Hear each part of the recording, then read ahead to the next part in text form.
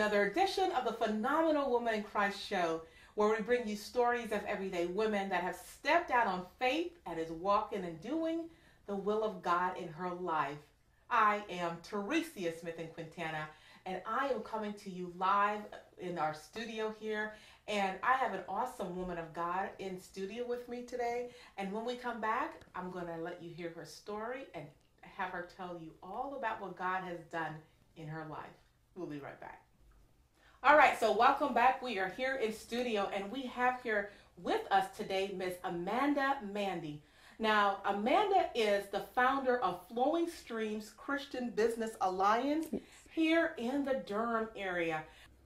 I met Amanda at a business expo that she hosted, and I was so impressed with her story, and I wanted her to be able to share what she does with you, my viewers.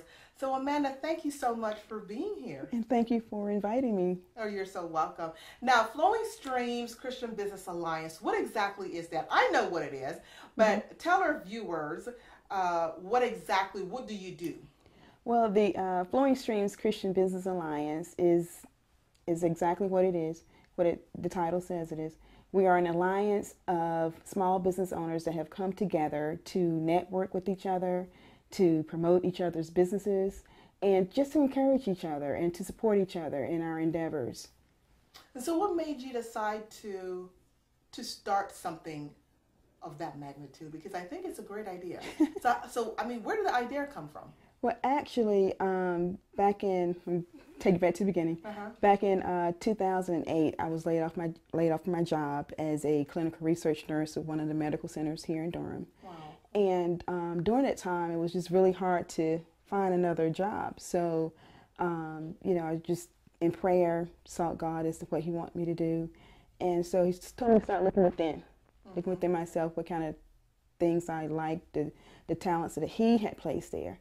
And so my gifting lies in teaching. Okay. I love to teach, even back from a little girl. I was the one that was, the teacher of the group. Okay. I was in the military and I was a training NCO. So that just came natural to me.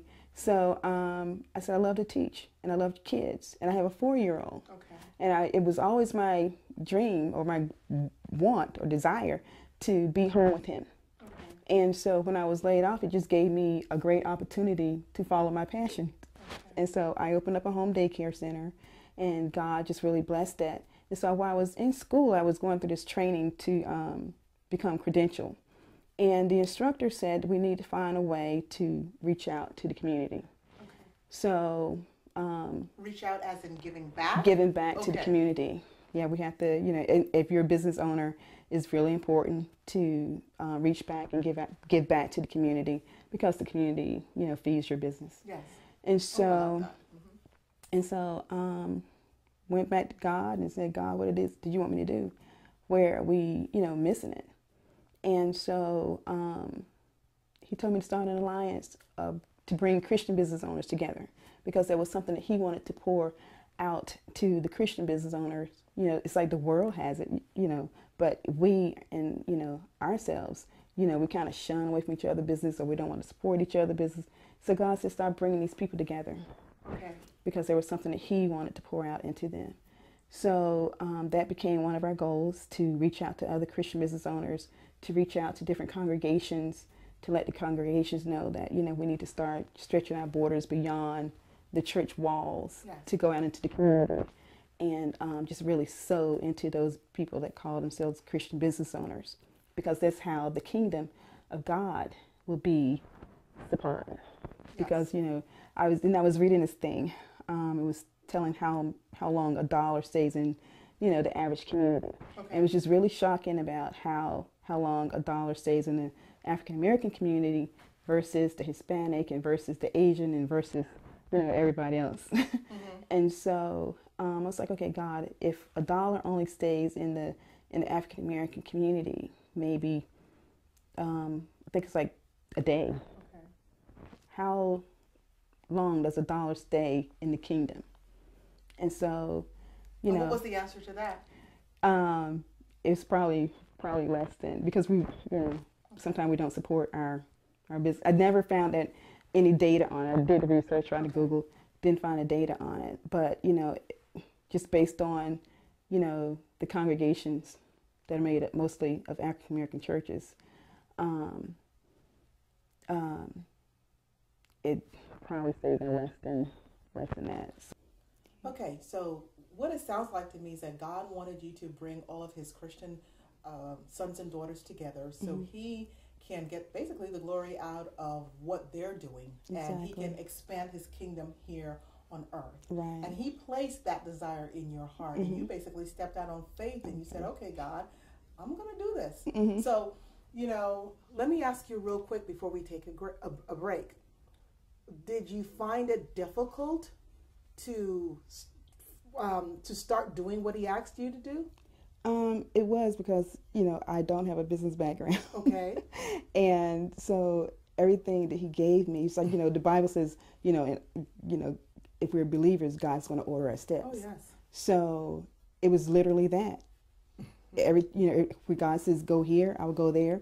When God says talk to this person, I would go and talk to that person. Okay. And he was literally ordering my steps and opening doors, and it's like every time I would go somewhere, and ask someone something, the door would be open. It's like that person was already prepared for me. Wow. Then people would started coming to me and seeking information, and I'm like, okay, Lord God. What do I do now? What do I do yes, now? Yes. And then I went to my former pastor, and I was telling him the vision, and he allowed me to have my actual first conference there. Okay. At his church, and it was really successful. We had great speakers to come out from the University of Phoenix, from Central, and different other organizations. Okay. And they came out, and it was, attended well. And so that was encouraging. Yes, it was. And so the following year, God told me to take it out of the church because we can open the doors. Because there were some people that, although as a Christian, it's in a church, some people don't want to go to another person's church because. Yeah. So we took it out, and we had it, in the Research Triangle Park. And oh my God, it was just phenomenal. Wow. And God just blessed, and everyone was telling me how their business started growing as a result of coming to that conference. And so it's like, okay, God, just by being obedient. Isn't that awesome? It is very awesome. Wow, that's wonderful. That's wonderful. All right, so we're going to take a break, and then when we come back, we'll hear some more about Amanda. We'll be right back. All right, so here we are once again, and welcome back. We have Miss Amanda Mandy here of Flowing Streams Christian Business Alliance. And, we left off with you mentioning that God was just opening doors for you and placing you in people's path and they in your path. And the fact that you stepped out on faith and you did this Expo, this alliance of all these wonderful Christian business organizations. Probably some of these people didn't even know that others existed. Right. Exactly. And the fact that they can come together and be as one and exalt and grow God's kingdom here on earth, I think that's a wonderful thing. Now, what are some of the things that you had to go through in life? I know that there are things that just by, knowing about you, you've went through some trials and there's been some testing and some tribulations. Oh, yeah. How has that molded you to the person that you are today? It has increased my faith level. Okay. I am one of those people that, they say that, people that are optimistic. Well, I think I'm beyond optimistic. Okay. And so, it has, just seeing how God has moved in my life, the things that I've had to go through. And then to hear people say, oh, I was just really blessed by, you sharing your testimony, because I'm a breast cancer survivor. Okay. And I was diagnosed with breast cancer when I was 30. Wow. Yeah. And I had early. Yeah, I had a 1-year-old. And that same year earlier, my mom was diagnosed with breast cancer. So as I was, dealing with her, because I was in the military, and because I was under 40, I think that's what the cutoff range was back then, they wouldn't give me a mammogram. Would not give me a mammogram because at that time I didn't have a significant family history. I was not in the age range for someone to have, breast cancer, and I had just had a baby. you know, and so they thought it was, you know, a blocked milk duct or And if they had something. just caught it? If they had just caught it. And so when my mom went in for her cancer treatment, you know, I was down here at Duke and I was talking to her doctor. And I was like, you know, hey, I got this lump in my breast, you know, can you check it out for me? He said, sure, make an appointment with my secretary and come on in. He said, you know, just like the doctors that were down on the military base, you know, he was saying that just possibly just a cyst or, you know, something related to the breastfeeding. And he called me back after I had the surgery and said, you know, I got good news and bad news. And to tell you the truth, I don't know what the good news was because all I heard, I didn't hear that. I said, well, tell me the bad news first. He said, the bad news is that it was malignant and we have to do another surgery to go in and get some lymph nodes to see where your margins are.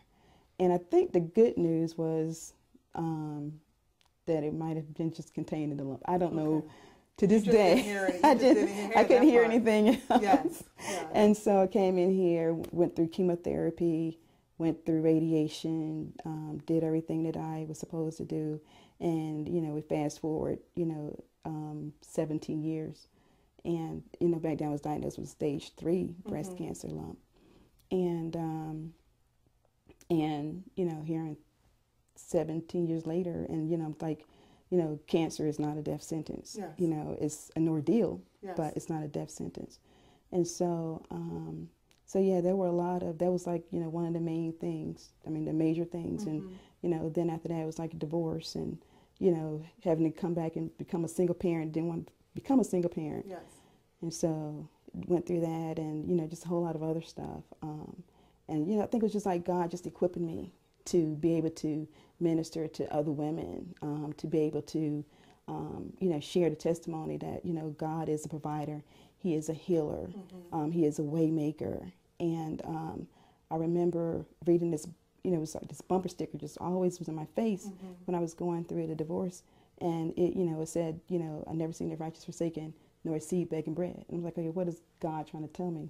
That he has never seen, you've never seen the righteous forsaken or his seed begging bread. So he was telling you, baby girl, I've got you. I got you. Yes. Exactly. Yes. Exactly. And so he has had me. And so it's just, you know, and now I have a 4-year-old and the doctors told me that he was going to be a vegetable. He wasn't going to, you know, make it. First of all, it was a miracle for him being born because I was told I could never have kids again. Wow.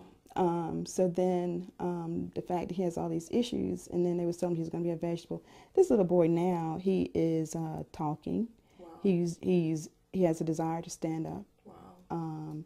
And they told me he had to have a feeding tube and all these things. And you know, he doesn't have a feeding tube. He's eating regular food. He's, you know, drinking, you know, liquids and stuff like that. No feeding tube. Wow. No trachea or nothing like that. So. You know, all these things, you know, God has shown me that he is a sovereign God. And he is always still there. And he's always still there. Let me ask you, have you ever felt like, or ever questioned God? Like, who are we to question God? You know, I mean, like, really, but who are we? But at the same time, we, you know, being human, I you know, sometimes I do believe that sometimes we can question God. Yeah. He is sovereign. We know that. We know that he is the creator. At any time, did you ever question him as to say, God, why me? I did. You know, like Job did. Like, you know, Job was like, wait a minute, God. Okay, what happened? What's up? Did you ever do that? I did. I really did. Especially, you know, going through the breast cancer because, you know, I was athletic. I was in shape. I didn't smoke. I didn't drink. I didn't do any of those things. And, you know, and I was promoting health and people being, you know, healthy lifestyles and stuff like that. And here I am. I'm the one to get breast cancer, and I felt kind of hypocritical because, you know, here I am, and I'm the one that's telling everybody to eat right, to exercise, to do all these things, and, you know, I get the breast cancer. And so I questioned, like, you know, why me? You know, why did I have to go through this? And then I had this little mother-in-law from New York City, and she says, well, Amanda, why not you? You know, in this New York accent. And I never guessed, she's like, well, why not you? Would you wish that on somebody else? Would you wish it on your worst enemy? And, you know, I'm like, no. So, you know, I went through everything. And so, so that was my only time that I actually, you know, questioned God. It's like, you know, why me? why. So do you think that was him speaking to you through her I in her think New York accent? or do you think that was just her? Well, we don't know. I think it was him speaking through her. Like, why not you? What make you so good? Yeah. What make you so much better than anybody else that you can't go through this? You know, and so every time I would go through things like, okay, why not me? You know. And you know, and sometimes we tend to think as individuals, well, I've been good, or God, you know, I'm studying your word. God, I'm not lying or stealing or cheating, or I'm trying to, you know, treat everyone right, Father. You know, why am I going through this? And sometimes we can't understand. Yeah. But at the end of the day, it's really not for us to understand, because his ways and his thoughts are not like ours. Right. And everything that you have went through, you know, it's what I can see, because I didn't go through what you went through, but everything that you went through, now you're able to take that and channel that, and you're able to touch the lives of other women and individuals that have went through that. Right, exactly. Yeah. Do you see that? I do, because I mean, I've met a lot of women that are either going through or have just been diagnosed, and you know they're afraid, and you know people look at me and it's like, you never had cancer. I didn't know that about you. Yeah. Because I don't wear it as like a weight. Yes. I wear it as something a badge of honor, to encourage other women, to encourage family members that, you know, you might have this diagnosis and you might have to go through that chemotherapy and you might lose all your hair. And it's the funny thing about the hair thing. It's like, I've never been a person that thought a lot about my hair. Okay. But when my hair started coming out in clumps, I was like, oh my God. Yeah. But you started to care. I started to care. But so now it's like, you know, it grows, you know, hair is one of those things that'll grow back. You know, so now when it grows back and I don't like it, I cut it off. You know, and so, you know, it's like, you know, I'm not my hair. Yeah. You know, I love that song by India Ari, because, you know, there's been a lot of discussion, you know, with black women and their hair, and you know the recent thing with the Olympics with Gabby Douglas and her hair, and I'm like, okay, we are not our hair. God has put so much more inside of us than for us to be focused about straight hair and kinky hair, you know, blonde hair, brown hair, gray hair. You know, it's so much more. We have so much more to offer the world than to think about hair. Our hair, yes. You know what I'm saying? You know, this little girl, she was phenomenal, you know, won all these gold medals, and we're looking at her hair. Go through chemotherapy and you will lose all of your hair. Exactly. Then it won't be so significant to you no more. Exactly. So, but, you know, then again, that was a lesson that God had taught me. And so I think all of that just equipped me and, you know, made me, you know, believe God. Like even more, to the point where, you know, nothing is impossible with God. I don't care what your situation is, you know, unemployed, divorce, bankruptcy, whatever it is, you know, God will see you through it. He's there. He got you. Yes. And so, you know, that's my message to you know, everybody. It's like, you know, God, you know, he has a ram in the bush for all of us that believes. And, you know, the daycare was my ram in the bush, because it allowed me to not only, you know, create a living income for my family, but to be home with my son. Yeah, and take care. Yes. And take care of him. And then I have 4 other little boys that I love so much. Okay. You know, and they're so dear, and they're, you know, their parents that are working. You know, they can go to work and feel safe that their child has been taken care of and well loved. And at the end of the day, these little boys don't want to go home. they just want to stay with Miss Amanda, right? They want to stay with Miss Amanda, you know. And so, and then, you know, now God has, you know, branched me out to the Christian Business Alliance, and, you know, just, you know, being able to pour into other people and to encourage them in their vision and in their purpose. And, you know, it's just phenomenal. An awesome thing. Yeah. An awesome thing. An awesome thing. Yes. Well, we're going to take another quick break, and when we come back, we'll talk some more with Miss Amanda. We'll be right back.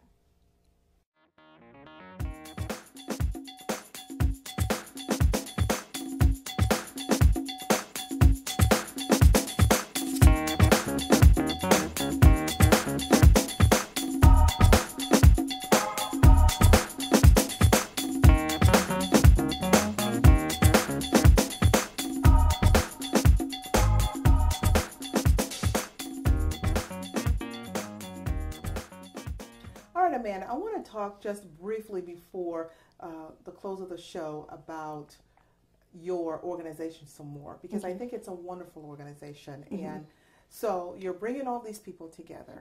When is your next gathering, your next expo? Do you know when that would be? Yes. Is it sometime this year, next year? Well, the next expo is going to be held on the third weekend in July. Okay. And that's the, we've chosen that date because that's the date that it's the 7th month, and, you know, God, you know, number 7 is, you know, God's number of completion. And it's the actually date that my daycare opened. It's our anniversary. Okay. So like a 2-in-1. It's a 2-in-1. 2-in-1. Okay. So we always have it, you know, so people can remember, okay, you know, the third weekend in July is the Flowing Streams Christian Business Empowerment Expo. Awesome.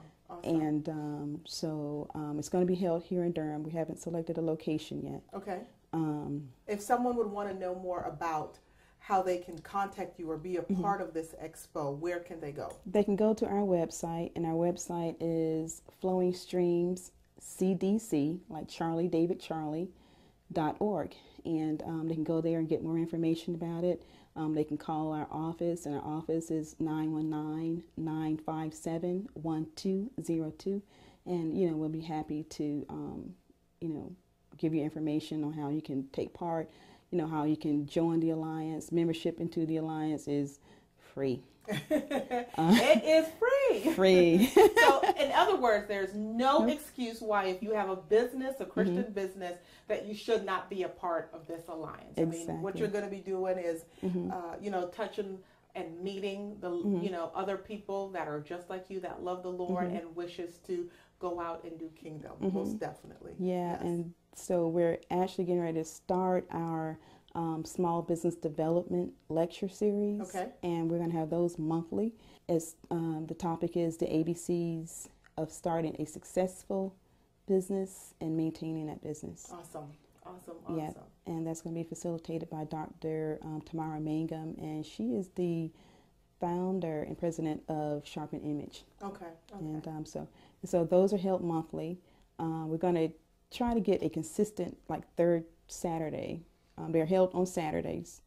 So, you know, if you're working full time and you have your business part time, you haven't gone, you know, fully into your business yet, you know, you can come in on a Saturday morning. And they can gain the knowledge that they need. Exactly. Because, you know, your workforce, you have CEUs, you know, continuing education units. Yes. So we have to bring that into our business too. Definitely. It gets a continuing education for our business owners. Yeah. Well, as we close, what I would love for you to do is look into our camera and kind of speak to our viewers and give them some words of advice in stepping out and doing what God has asked of them to do. And whoever that person is that you know that God has called, that you are called to touch, if you can give them some word of advice and encouragement in their walk with Christ. Okay.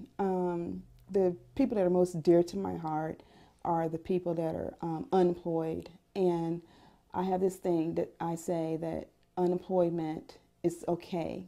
I'm unemployed and it's okay, because inside of each of you, God has planted something there for you to be able to create wealth for yourself. It's in His Word. It says He has given us the ability to create wealth. And so, you know, if you're giving your energy and your time to your secular job, if you're giving your energy and your time to, and your skills to, you know, your employer, and now that you're unemployed, you can try to resurface those or reinvent those skills that you have, and start your own business and create wealth for yourself. You're unemployed, but it's okay. But it's okay. Yeah. Oh, I love that. All right. Well, Amanda, thank you so much for being here. It was a pleasure having you here. Thank you. And so you, my viewers, please contact her. Please go to her website. It's right there at the bottom of the screen. You'll see it. So please go to that website and contact her. And once again, I hope that you have a wonderful and a blessed day. Bye-bye.